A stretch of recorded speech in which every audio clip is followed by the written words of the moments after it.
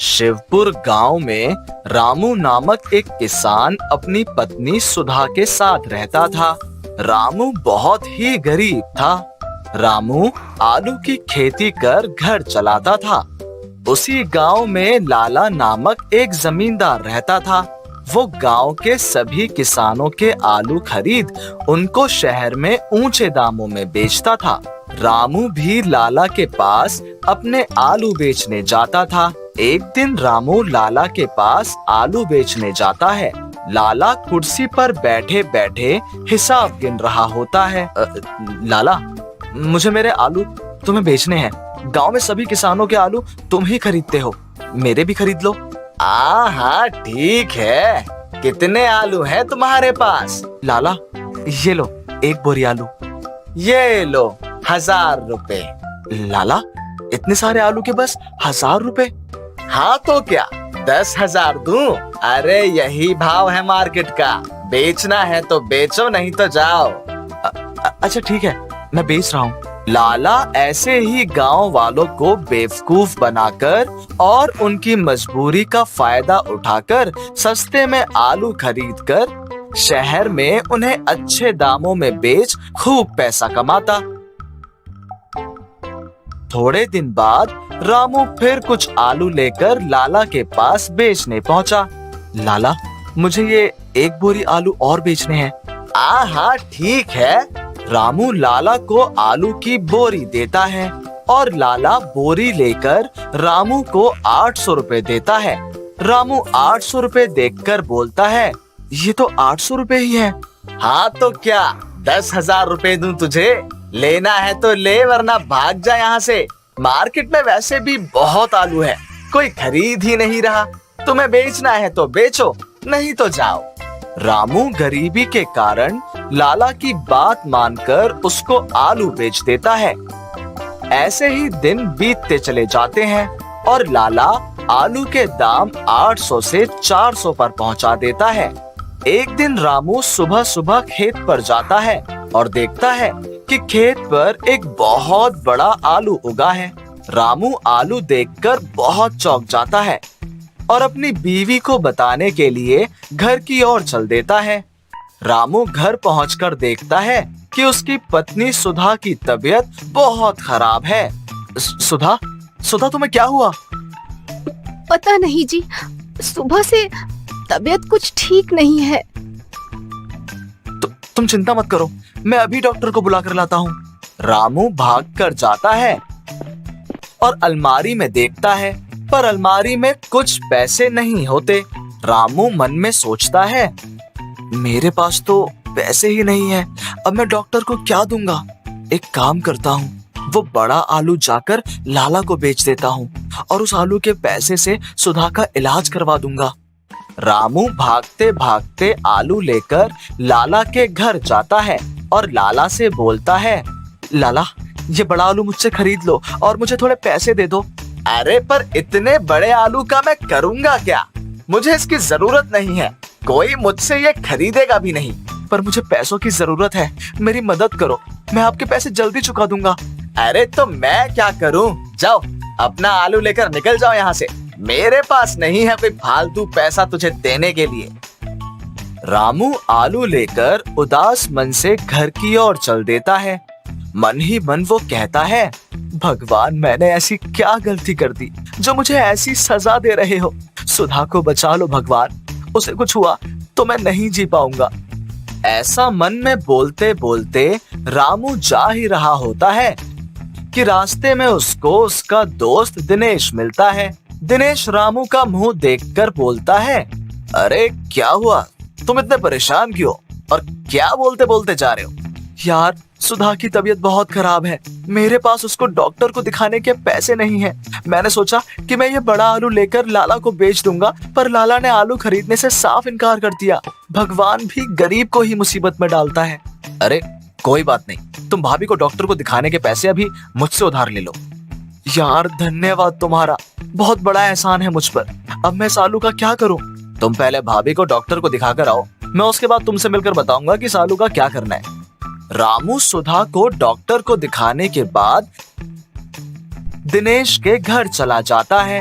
दिनेश कुछ पुरानी मशीनें जोड़कर चालू कर रहा होता है। रामू दिनेश को देखकर बोलता है, अब बताओ दिनेश, क्या करना है इस आलू का? अब हम इस आलू को हेलीकॉप्टर बनाएंगे। हाँ, कैसे? अरे मुझे मशीन का सारा काम आता है, तुम चिंता मत करो, मैं इस आलू का बेहतरीन हेलीकॉप्टर तैयार करूंगा। पर हम इस हेलीकॉप्टर का करेंगे क्या? इस हेलीकॉप्टर की मदद से हम तुम्हारे आलू शहर में ले जाकर बेचेंगे, वो भी अच्छी कीमत पर, और लाला के लालच से बच सकते हैं। दिनेश और रामू मिलकर आलू का हेलीकॉप्टर तैयार कर लेते हैं। दोनों उसे गांव में उड़ाते हैं और ये देख सभी लोग हैरान रह जाते हैं कि आलू वाला हेलीकॉप्टर। रामू अब उसी हेलीकॉप्टर में अपने आलू डालकर शहर में बेचने लगा। उसको बहुत फायदा हुआ। समय बीतता जाता है।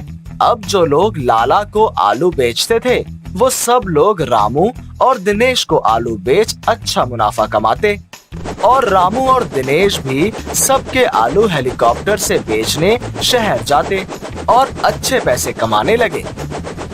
इस बात से लाला को बहुत जलन होने लगी और उसने आलू के हेलीकॉप्टर को चुराने का प्लान बनाया। रामू को बहुत घमंड है ना, इसके आलू के हेलीकॉप्टर पर आज रात के बाद नहीं रहेगा। लाला एक दिन रात को रामू के घर गया।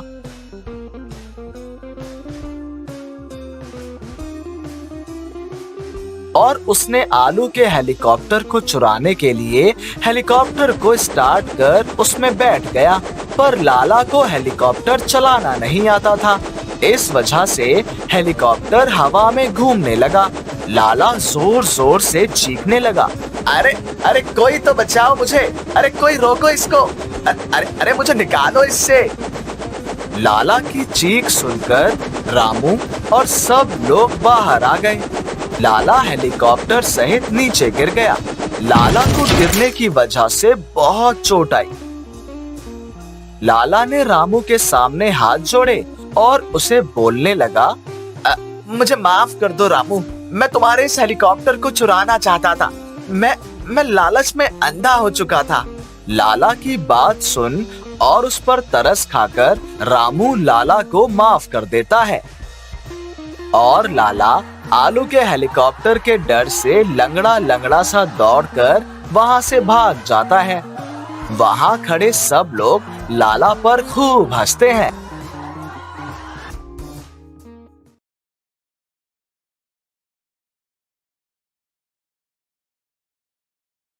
कटोरा कट सैलून वाला। खेसारी लाल गांव का इकलौता नाई था। उसके गुजरने के बाद खेसारी लाल सैलों की जिम्मेदारी उसके दोनों बेटे रमेश और सुरेश ने संभाल ली थी। दोनों भाइयों में आपसी दुश्मनी होने के कारण दुकान का बीच से बंटवारा हो गया था। एक दिन एक अधेड़ उम्र का व्यक्ति सैलों के पास से गुजर रहा था। अरे चाचा, हमारे सैलून में आइए, एकदम बढ़िया से बाल बना देंगे आपके। अरे चाचा, चालबाजों से सावधान, आप हमारे सैलून में आइए। अरे हम आपके इतने बढ़िया बाल काटेंगे कि आपकी बीवी देखकर खुश हो जाएगी। अरे हमारी बीवी तो है ही नहीं, आज हमें लड़की देखने जाना है। हमारा ऐसा हेयर स्टाइल बनाओ कि लड़की वाले हमें देखते ही फटाक से पसंद कर लें। बस एकदम जितेंद्र जैसे बाल बनाएंगे आपके। माँ कसम, लड़की आपको देखते ही फौरन हाँ कर देगी। चाचा रमेश के सैलून में बाल बनवाने चले जाते हैं। ओहो चाचा, स्प्रे का पानी खत्म हो गया है, हम 2 मिनट में पानी लेकर आते हैं। इतना कहकर रमेश पानी लाने चला जाता है। तभी मौका पाकर सुरेश वहां आ जाता है और चुपके से चाचा के बाल पर ब्लीच लगाकर वहां से भाग जाता है। रमेश जब पानी लेकर वापस आता है और चाचा की हेयर कट करने लगता है तो अचानक चाचा के सारे बाल सफेद रंग के होने लगते हैं। अरे अरे, ये क्या किया तुमने? मेरे तो सारे बाल सफेद हो गए। ऐसी हालत में देखकर मुझसे कौन शादी कर पाएगा? मैं तुम्हें छोड़ूंगा नहीं। सुरेश बाहर खड़े होकर ये सब देखकर हंस रहा था।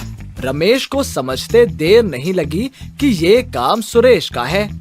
आइए चाचा मेरे सलून पर, मैं अभी इसे ब्लैक डाई कर आपकी हेयर स्टाइल एकदम झकास अनिल कपूर की तरह कर दूंगा। चाचा रमेश का सलून छोड़कर सुरेश के सलून में चले जाते हैं। रमेश मन ही मन ठान लेता है कि वो इस बात का बदला जरूर लेकर रहेगा। कुछ दिनों बाद गांव में शहर से फिल्म की शूटिंग के लिए कुछ लोग आते हैं। हे गाइस, इस गांव में बेस्ट सलून कौन सा होगा? मुझे अपनी ग्रूमिंग करवानी है। आखिरकार फिल्म का हीरो हूँ मैं।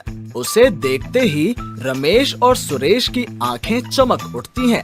दोनों सोचते हैं कि ये बड़ा बकरा लगता है। अरे भाई साहब, हमारे सलून में आइए। पूरा गांव जानता है रमेश हेयर कटिंग सलून से अच्छे बाल कोई नहीं काटता। झूठ बोले कौवा काटे। अब इनका स्टाइल ना इनकी तरह पुराना हो गया है। हमारे सलून में एकदम लेटेस्ट हेयर स्टाइल बनाई जाती है। आप हमारे सलून में आइए। मुझे एकदम स्टाइलिश और डिफरेंट लुक चाहिए। हाँ, हमारे सलून में सब होता है। हम आपको एकदम इतना बढ़िया हेयर स्टाइल देंगे कि आपकी मूवी सुपर हिट हो जाएगी और आपके पीछे फीमेल फैंस की लाइन लग जाएगी। रॉकी सुरेश के सलून में चला जाता है।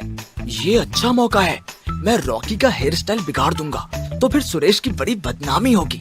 सुरेश रॉकी को स्पेशल ट्रीटमेंट देता है। सुरेश रॉकी के फेस पर फेशियल क्रीम लगा रहा होता है। तभी उसे रमेश आवाज बदलकर फोन करता है। हेलो सुरेश, मैं रोज की खबर अखबार का पत्रकार बोल रहा हूँ। मैंने सुना है फेमस फिल्म स्टार रॉकी तुम्हारे सलून पर अपना ग्रूमिंग करवाने आए हुए हैं। मैं तुम्हारा इंटरव्यू पेपर में छापना चाहता हूँ। मैं आपका गांव के दूसरे छोर पर इंतजार कर रहा हूँ। मेरा इंटरव्यू, वो भी अखबार में? मैं अभी आता हूँ। जैसे ही सुरेश सलून से बाहर जाता है, रमेश वहाँ आकर रॉकी के बाल बनाने लगता है। रॉकी के चेहरे पर क्रीम लगी होती है, इसलिए वो कुछ देख नहीं पाता। रमेश एक कटोरा रखकर रॉकी का बाल कटोरी में काटकर डाल देता है। सुरेश जब वापस आता है और रॉकी का हेयर स्टाइल कटोरी कट में देखकर समझ जाता है कि ये रमेश का काम है। सुरेश रॉकी का अच्छे से फेशियल वगैरह कर देता है और जब रॉकी खुद को शीशे में देखता है तो बहुत गुस्से से लाल हो जाता है। यू इडियट, ये क्या कटोरा कट कर दिया तुमने मेरे बालों का? मैं ऐसे कैसे पब्लिक के सामने जाऊंगा? सर, आपको पता नहीं है, ये लेटेस्ट हेयर स्टाइल है। हमारे गांव में बच्चा बच्चा यही हेयर स्टाइल करवाता है। आपको यकीन नहीं होता तो खुद देख लीजिए। सुरेश कुछ लड़कों को चॉकलेट का लालच देकर कटोरा कट हेयर स्टाइल कर देता है और उन्हें सुरेश की झूठी तारीफ करने के लिए बोलता है। वाह वाह, क्या हेयर स्टाइल है, आप एकदम हीरो लग रहे हो। मैं तो आपका अभी से फैन हो गया। आप हमारी इंस्पिरेशन हो। आप कटोरा कट हेयर स्टाइल के ब्रांड एम्बेसडर हो। ऐसा क्या? तुम सब कहते हो तो ठीक है। रॉकी खुश होकर वहाँ से चला जाता है। बाकी लोग भी रॉकी का कटोरा कट हेयर स्टाइल देखकर वैसा ही हेयर स्टाइल बनाने सुरेश के सलून में पहुँच जाते हैं। रमेश जब सुरेश के सैलून के बाहर भीड़ खड़ी देखता है तो उसे लगता है कि ये लोग सुरेश को मारने आए हैं। लगता है फिल्म स्टार रॉकी गुस्से में सुरेश की धुलाई करने के लिए इन सब लोगों को बुलाकर लाया है। चलो चलो चलकर देखते हैं, कम से कम एक दो हाथ तो साफ कर लिया जाएगा। रमेश जब वहाँ पर पहुँचता है तो देखकर चौंक जाता है। मुझे पता है फिल्म स्टार रॉकी का कटोरा कट हेयर स्टाइल तुमने मुझे बदनाम करने के लिए करा था, लेकिन तुम्हारी वजह से आज मैं इतना फेमस हो गया। ये सारे लोग मुझसे कटोरा कट हेयर स्टाइल बनवाने आए हैं। रमेश वहाँ से चला जाता है। रमेश बहुत सोच में पड़ जाता है। मेरा सारा दांव उल्टा पड़ गया। मुझे कुछ नया हेयर स्टाइल निकालना होगा, वरना ये सुरेश हमारे सारे ग्राहक मार लेगा। रमेश सुरेश के सलून के बाहर जाकर जोरों से चिल्लाने लगता है। उसने अपने सर पर डबल कटोरा कट हेयर स्टाइल बना ली थी। डबल कटोरा हेयर स्टाइल, डबल कटोरा हेयर स्टाइल, सिर्फ आज के लिए डबल कटोरा कट हेयर स्टाइल बिल्कुल फ्री। सभी लोग मुफ्त बाल कटवाने रमेश की सलून पर पहुंच जाते हैं। रमेश सभी का डबल कटोरा कट हेयर स्टाइल बनाने लगता है। धीरे धीरे रमेश का डबल कटोरा कट हेयर स्टाइल बहुत फेमस हो जाता है। ये खबर रॉकी तक पहुंचती है। एक कटोरा कट हेयर स्टाइल ने मुझे इतना फेमस कर दिया, अगर मैं सच में डबल कटोरा कट हेयर स्टाइल करवा लूं तो मैं कितना फेमस हो जाऊंगा। रॉकी अगले दिन रमेश के सैलून में जाकर डबल कटोरा कट हेयर स्टाइल बनवा लेता है। सभी लोग रॉकी के हेयर स्टाइल की बहुत तारीफ करते हैं। आज मैं तुम लोगों की वजह से इतना फेमस हो गया, इसलिए मैं चाहता हूँ कि तुम दोनों मेरे पर्सनल हेयर ड्रेसर बन जाओ। अब मैं सुरेश के साथ काम नहीं करूंगा। मुझे भी कोई शौक नहीं है तुम्हारे साथ काम करने का। अरे यार, अगर तुम दोनों साथ काम नहीं कर सकते तो फिर जाने दो, मैं किसी और को अपना हेयर स्टाइलिश बना लूंगा।